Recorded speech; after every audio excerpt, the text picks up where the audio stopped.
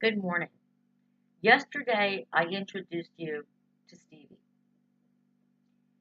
a 27-year-old young man who, for all intents purposes, had his whole life ahead of him and was making plans for his future.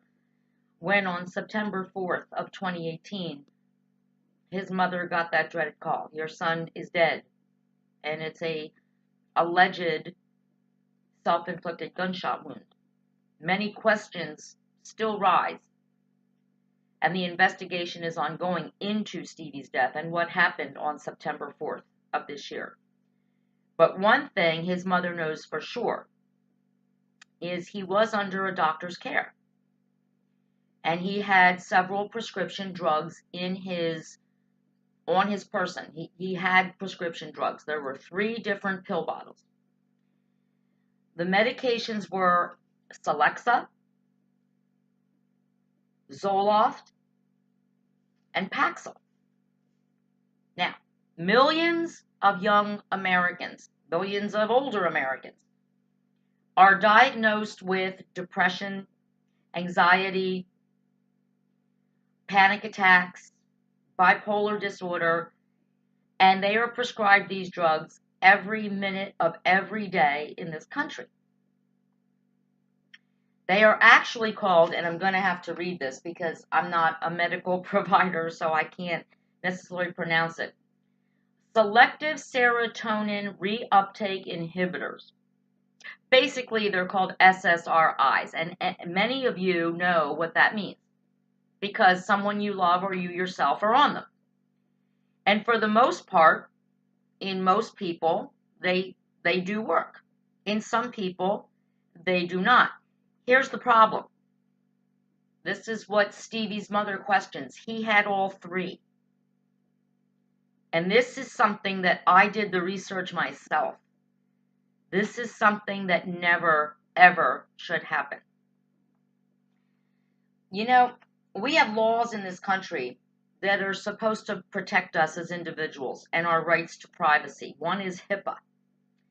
I have to read this too, sorry.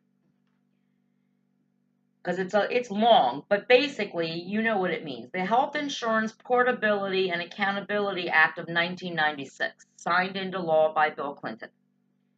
And it basically is a privacy act, and there were good reasons for it. You have to remember, we're going back into the 80s and 90s when employers could find out if an applicant had AIDS and refused to hire them because of that. If an applicant had a chronic illness that might cost them money in health insurance and refused to hire them. This act, this law was supposed to protect an individual from having their personal medical records disclosed to people who shouldn't have them because it was none of their damn business. In that way, it's a good law. But here's the other problem with HIPAA. It also means that if I love somebody, if it is my spouse or my child, I cannot acknowledge, I can't access the drugs they're on, the doctors they go to. I can't call their doctor and say, hey, my kid came there today. What did you find? Is he okay? What drugs did you prescribe? You can't do that as a loved one. Unless, and this is why we're trying to teach through this series of shows, unless you sign a paper. And it's a very simple paper. When you go to the doctor, you can ask for it or they should give it to you. Okay? Where you can say, Paula Luciano is my wife. She gets all my medical information. All she has to do is call. If God forbid something happens to me, my wife can call and you release all my medical records to my wife. And an adult child can do the same thing with their parents.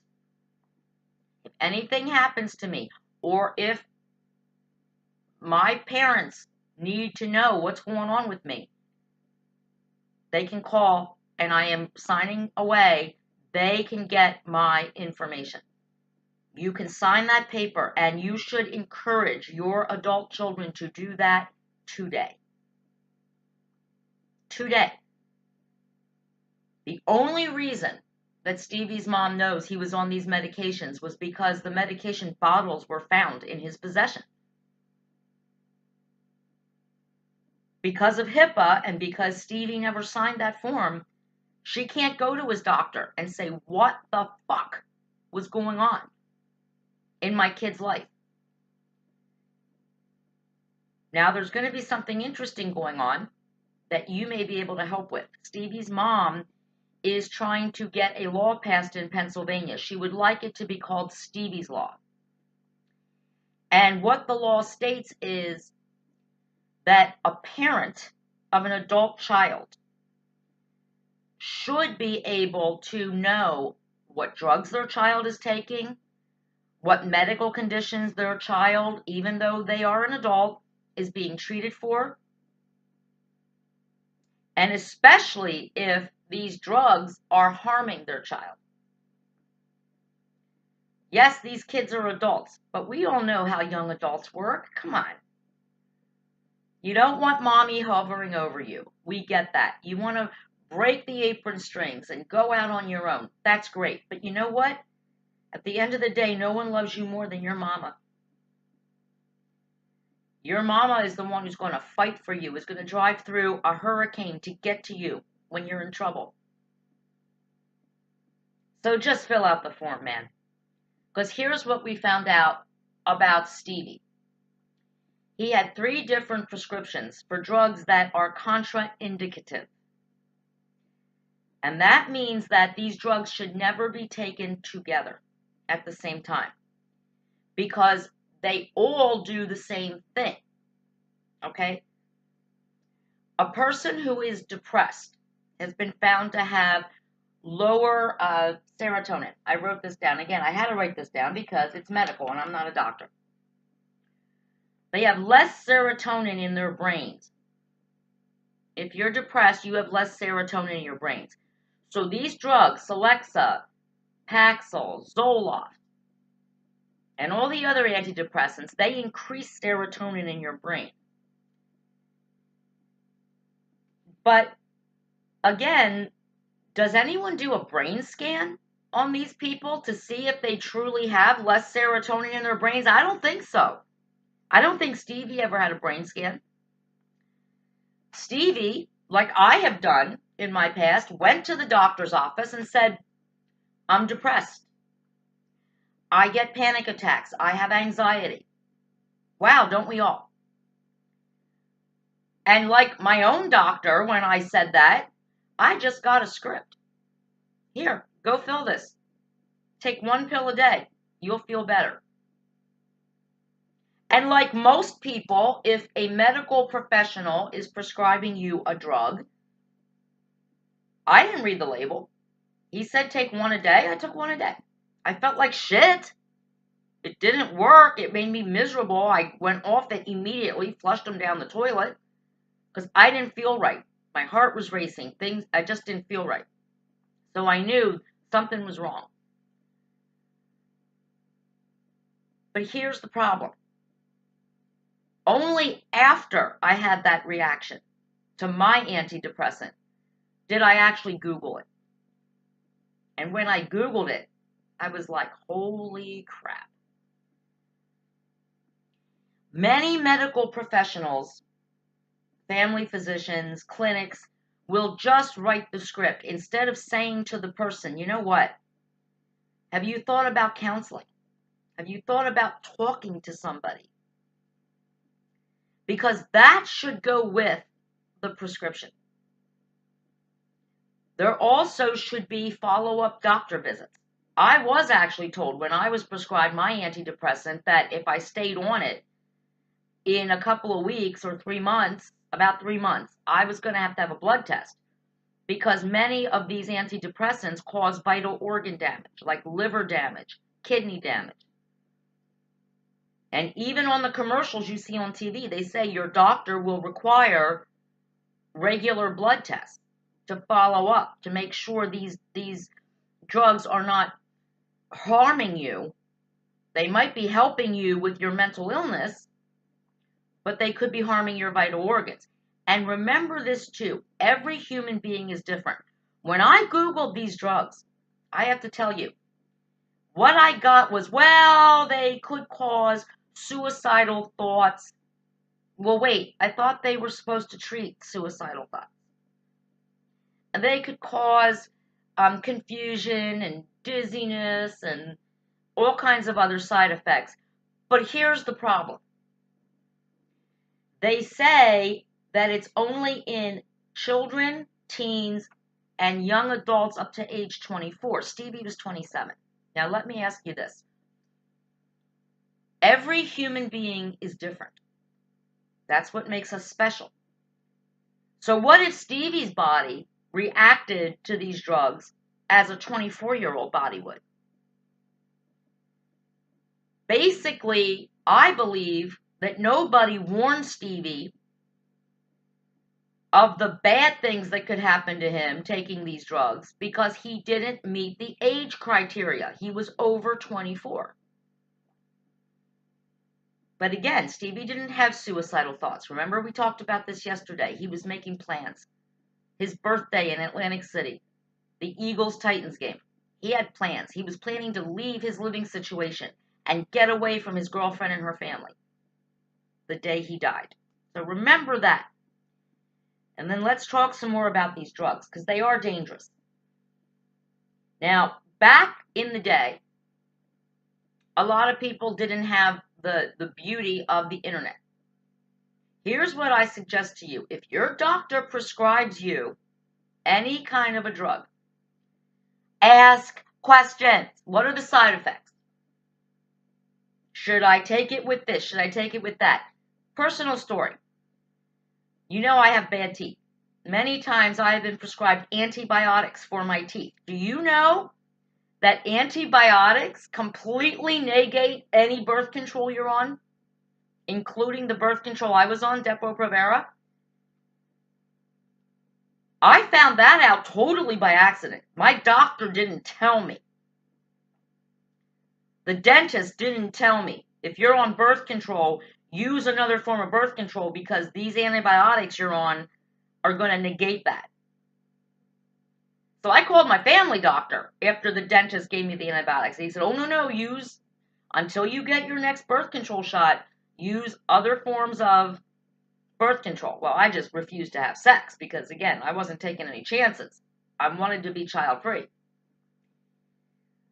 Antibiotics also cause yeast infections, which I only found out because I got one. It wasn't on the label.